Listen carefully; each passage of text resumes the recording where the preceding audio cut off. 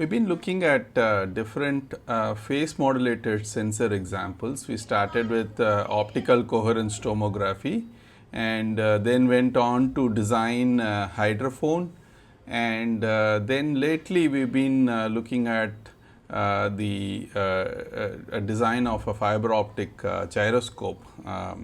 So all these examples that we have discussed so far, we are typically picking up information, phase information from one particular location. So the question is, can we possibly extend phase measurements to a distributed area, or maybe over several locations, if whether that is possible. So let's quickly look at that before we go on to talking about wavelength modulated sensors. So the question that we are asking is, can the phase measurement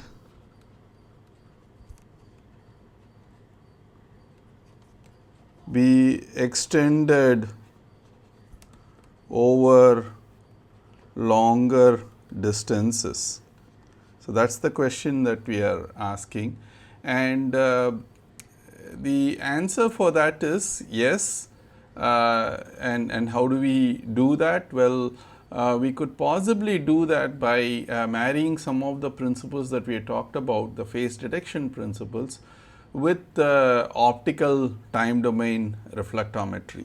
So you could possibly do such measurements using what's called a phase optical time domain reflectometer, and so then that is possibly a way of picking up perturbations over much longer distances. Typical examples are, say for example, you have an oil gas pipeline and you want to find out if there is a leak in this oil or gas pipeline. You can possibly detect that by detecting the acoustics when that happen whenever there is a leak. For example, if you are trying to send gas from one point to another point, if you are trying to transport through a gas pipeline, you would want to do that in a highly pressurized manner. Typically the pressures could be in the order of tens of bar, and in that sort of pressure, when gas is sent, if there is a leak in the pipeline because of some defect, some crack that has happened, or somebody has intruded and inadvertently created a crack on the pipe, then the gas, when it comes out with such high pressure, it's going to make a lot of noise. Typically it's at a particular frequency. So if you have say an optical fiber installed all along the length of that pipeline, so we're talking about we take a source, typically a narrow line with source, you send it through a circulator over this long length of fiber which is laid along this gas pipeline. If there is any leak, let's say in this pipeline that's running along this fiber, if there is a leak over here, then there are going to be some acoustic waves that are emitted from that leak point, and those acoustic waves can happen along anywhere along the length of the fiber. The length of the fiber, the length of the gas pipeline could be in the order of tens of kilometers. So this anywhere along that length, you should be able to pick up these acoustic waves. So when this leak happens, it's incident on the fiber, and those pressure waves essentially cause change in the phase of the light. Basically, the pressure introduces some strain on the fiber, and through the strain optic coefficient, for example, it can change the phase of light propagating through the fiber. So, if you are looking at the backscattered light, which is typically the Rayleigh backscattered light, then you can use a receiver to pick up that light. But typically what we saw in this example of optical time domain reflectometer, the receiver can pick up only changes in the intensity of light. Here we are talking about changes in the in the phase because of this leak that has happened in this gas pipeline. Okay, and of course, a normal receiver is not sensitive to phase. That is what we have been seeing for several lectures now. So, what do you need to measure phase? You need a reference, and where is that reference going to come from?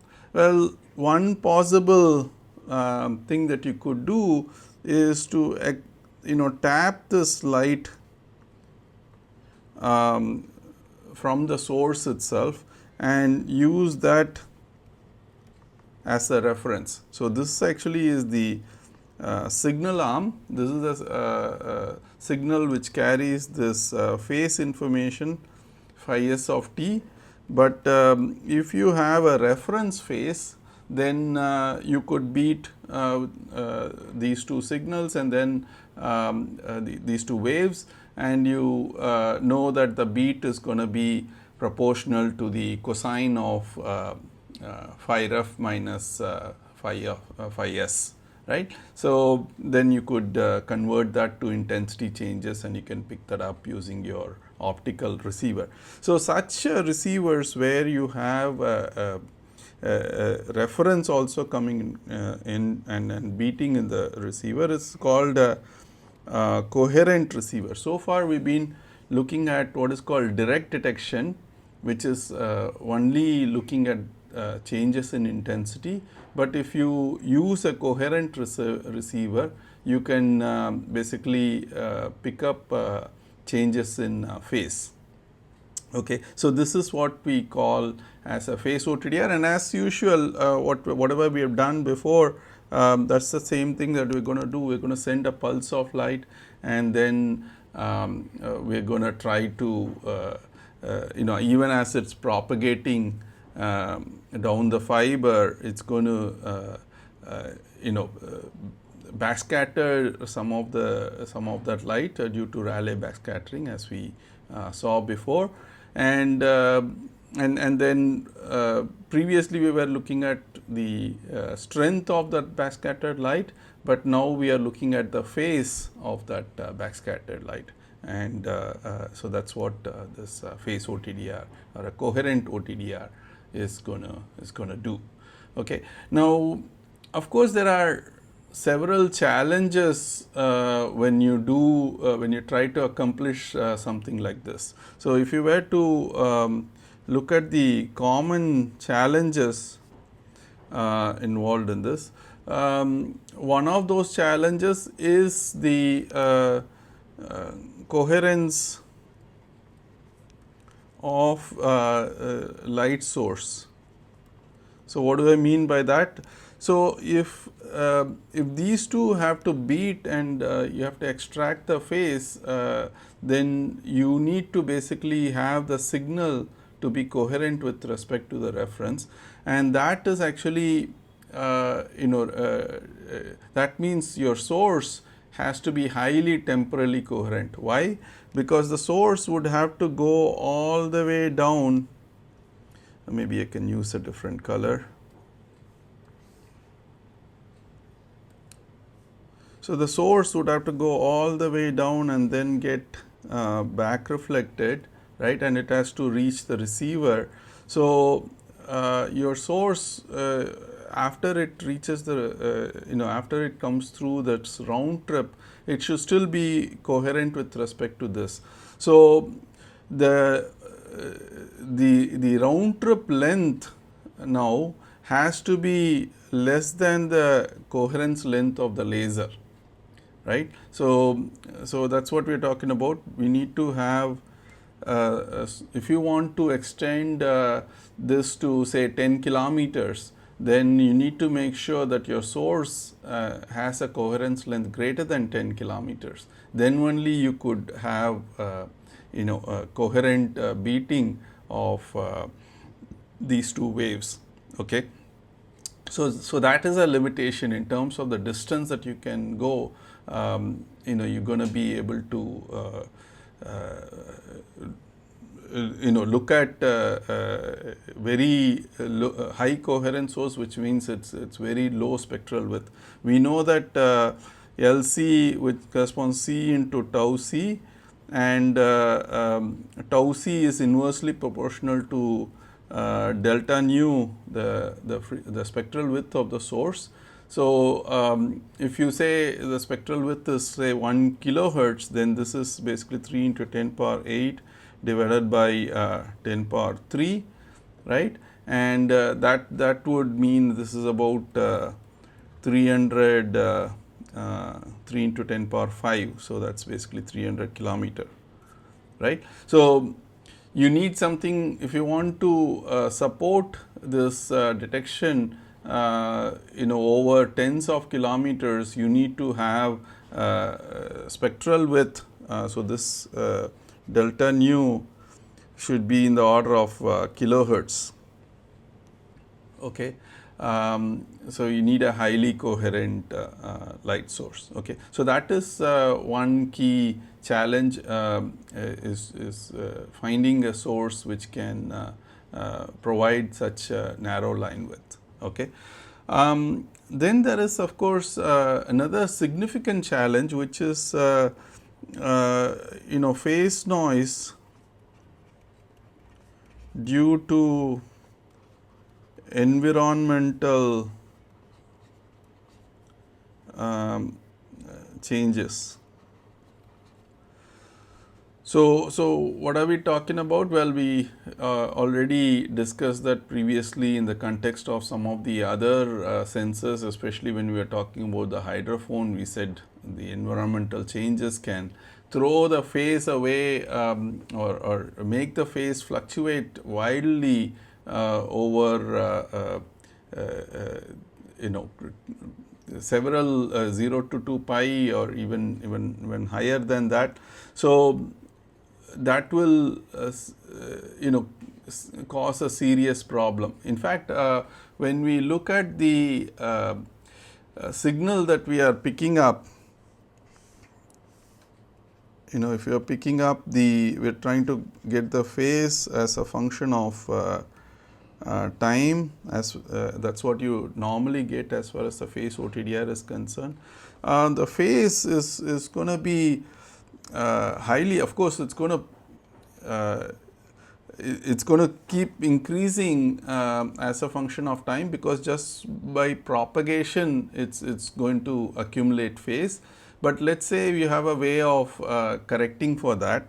But even if you correct for the propagation phase, if you look at the perturbation phase, or the phase changes due to perturbation, those phase changes are going to be wildly fluctuating with respect to time, right. So, maybe I can just draw this a little better. So, let us say you have all these fluctuations, right, and so with respect to time, and that time corresponds to the propagation time in that fiber. So, if you are trying to pick up any phase change in an absolute sense, that is going to be extremely difficult. So, we are talking about measuring this time in the order of tens of nanoseconds typically, right. Your pulse width could be, let us say, 10 nanosecond to support a spatial resolution of 1 meter, and if that is the case, then you are talking about tens, hundreds of nanoseconds probably you are picking up this information, and then it's going to be wildly fluctuating. So how can we do a measurement in this sort of environment? Well, you could possibly, one thing you can do is this is what you get for say one pulse that's launched into the fiber, but let us say after that subsequently you launch another pulse. You wait for all these signals to come back from the farthest end of the fiber, and then you launch the next pulse. And corresponding to the next pulse, you might have once again you know this wild fluctuations here and so on, and then you launch another pulse. So corresponding to this next pulse here, let us say this is happening here and this is happening over here. Once again you get to see a lot of fluctuations and all of that. So in real time it doesn't seem to make much sense, but if you start picking up, let us say at one location, if you start picking up the phase, so over here it's this point over here and this point over here and this point over here, and then you actually plot that. So this is also happening over time, but this is relatively slow time. So this is something the order of microseconds, as opposed to this axis which we call as fast time, right. Fast time is what the response you get for one particular pulse, but slow time is where you are looking at the response over over much longer time scale. If you look at that, that might actually convey a slightly different picture, especially if you look at this phase as a function of time. So you might start seeing something something that's suppose if the perturbation, let us say is this perturbation over here is some acoustic wave at a particular frequency, then you might see some it will still be noisy, but you might start seeing something that looks like a waveform. And especially if you are looking at this in the frequency domain, right. So if you, this is in the time domain, but if you take a periodogram or a Fourier transform and you look at the frequency domain, so this is actually the magnitude of perturbation as a function of frequency, then the corresponding frequency spectrum may be like this, but maybe that will show some peaks around there. So there will be a lot of noise for sure, but then you might start seeing some peaks over here, and these peaks would correspond to the acoustics that we are trying to pick up over here. So essentially what we are saying is this entire arrangement, because we are picking up these acoustic frequencies, so in a distributed manner, this type of detection is called distributed acoustic sensing. Okay. So or in short DAS, which is actually becoming very important for a lot of applications, not just for these protecting your oil gas pipelines. People talk about using this for protecting your border. Suppose if you are at the border area and you want to actually keep track of infiltrations, you essentially bury the fiber across the border, and whenever somebody walks over there, they impart some pressure waves on the ground, and that could be actually transferred to the optical fiber. So, you could be sitting at a several kilometers away, but you can still hear all these acoustics thanks to this sort of a technology. So, it is a very powerful technology, and that is once again another example of a phase modulated sensor. Now, you may want to ask the question, so what is the fundamental limitation in doing something like this?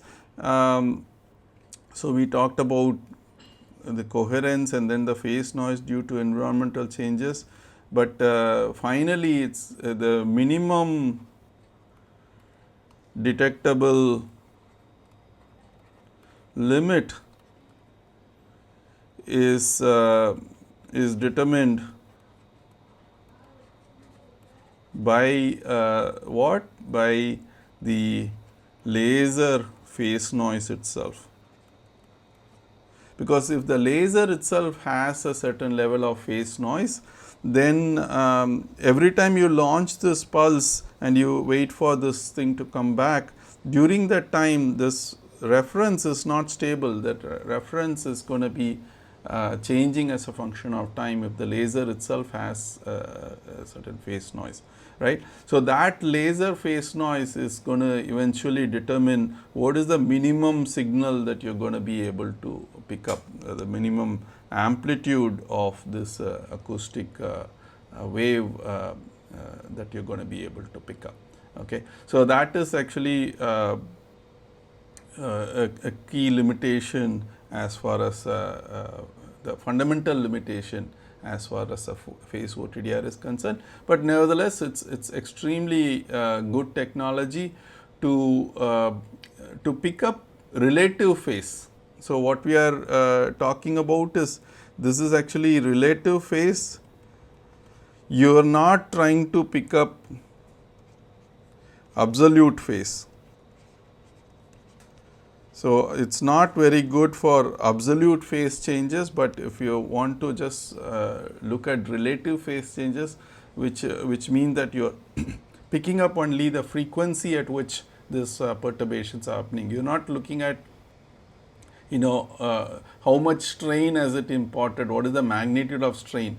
You are interested in more of what is the frequency of the change in strain that you are experiencing, the acoustics. So, once again the other way of saying that is around the DC over here it's very noisy. So, you cannot pick that up, but if you are going to say tens of hertz or 100 hertz and so on, in those areas you may be able to pick up reasonably well. Now, let us switch tracks and let us start looking at wavelength modulated sensors. So, what do we mean by wavelength modulated sensors? So far, we have looked at examples of amplitude or intensity modulated sensors, where whatever we are trying to measure is actually changes in that quantity is showing up as in change in the intensity of light that we are picking up. That is what we looked at initially. And the last few weeks we have been looking at the perturbation that we are trying to pick up, how it is encoded in phase. That is what we are looking at as far as phase modulated sensors concerned.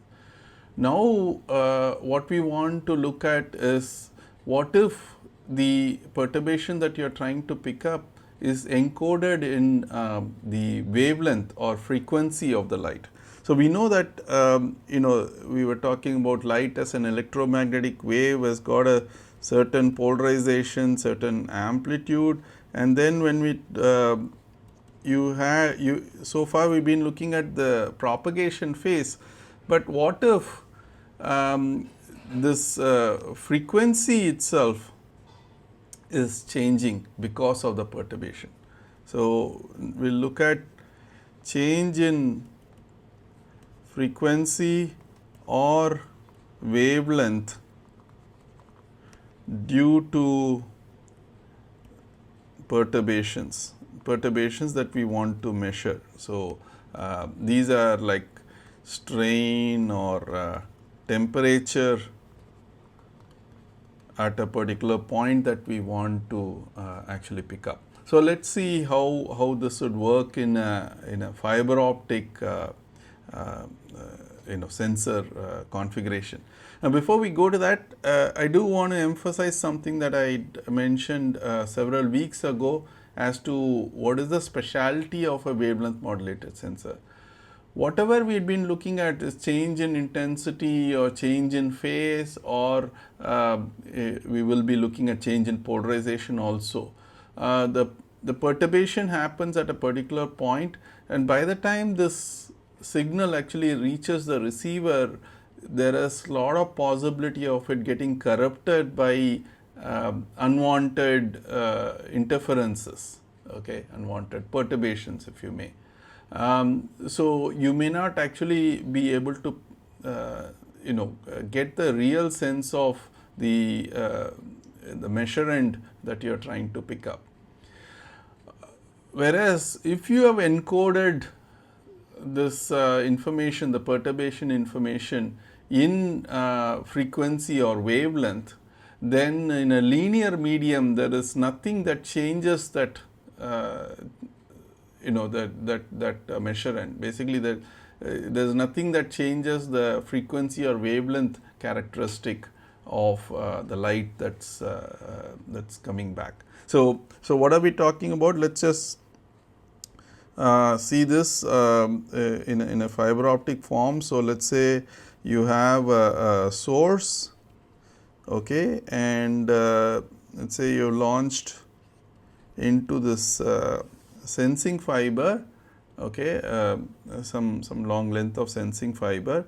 If it is subjected to some perturbation, right, if it is subjected to some perturbation, if that perturbation creates a change in the color of light that we are sending. So, this is basically it goes in, and then when the light actually comes back, there is a change in the color of light according to the level of perturbation. If there is something like that, then the back reflected light you can pick up using a receiver, but your normal optical receiver is color blind. Like if you take indium gallium arsenide, it's actually sensitive for a wide range of wavelengths from say 0.7 to 0.8 microns all the way up to about 1.6 microns. If you have some signal that you are picking up using the receiver, you cannot tell whether it's because of 0.8 micron or 1.6 micron or anything in between, because it just gives you a photocurrent irrespective of whatever wavelength is incident on the photodiode. So it's in that sense color blind. So what you're going to have to do if you want to pick up changes in color, so this what we are talking about is this, due to this perturbation you have a change in wavelength or frequency. If you want to pick that up, then you want to use a spectrometer over here. So, not just a regular detector, but a detector that can detect based on a discrimination of the color of light. Okay. So, that is what we need, and the nice part about this is once the perturbation happens and then it changes this wavelength or frequency, then this cannot be corrupted. So, this cannot be corrupted by any of the normal noise sources. Like you can basically stamp on the fiber, you can bend the fiber, twist the fiber, whatever you do, whatever perturbations you do, you can change the intensity of light, you can change the phase of light, but you cannot change the frequency of light that is coming back. So that is essentially what we are trying to pick up. Now this we will do using so there are different optical phenomena that can provide such changes in wavelength or frequency. So we will probably look at a couple of examples of that. One very popular example is what is called a fiber Bragg grating. So what is a fiber Bragg grating? Well, it's if you have a periodic change in the refractive index of the optical fiber, then that will typically reflect one particular color of light, right. So this will reflect. So if you have broadband light source going in, it will actually reflect a one particular color of light, and the remaining colors will go through. So essentially, if you're looking at the light spectrum over here, so this is actually let's say it's a broadband source, right. So when you look at the power as a function of wavelength, it might look like this. That is what you're sending into the fiber.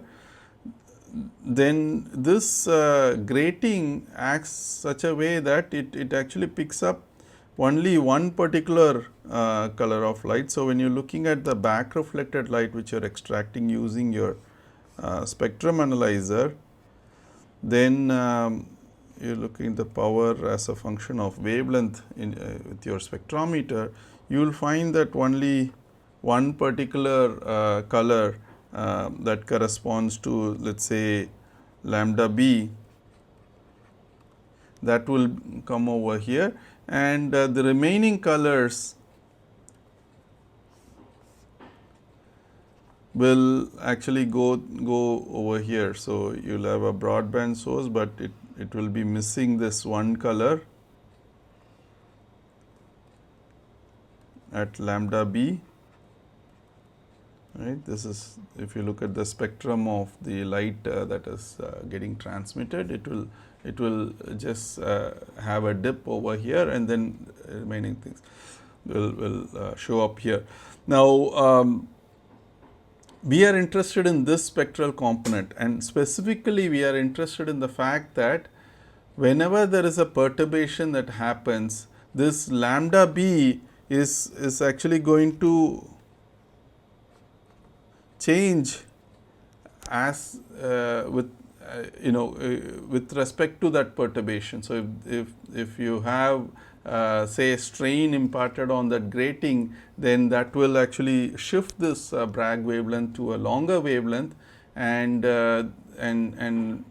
based on the change in color, you can actually go back and say so much has happened, or so much strain has been imparted at this particular location of the fiber.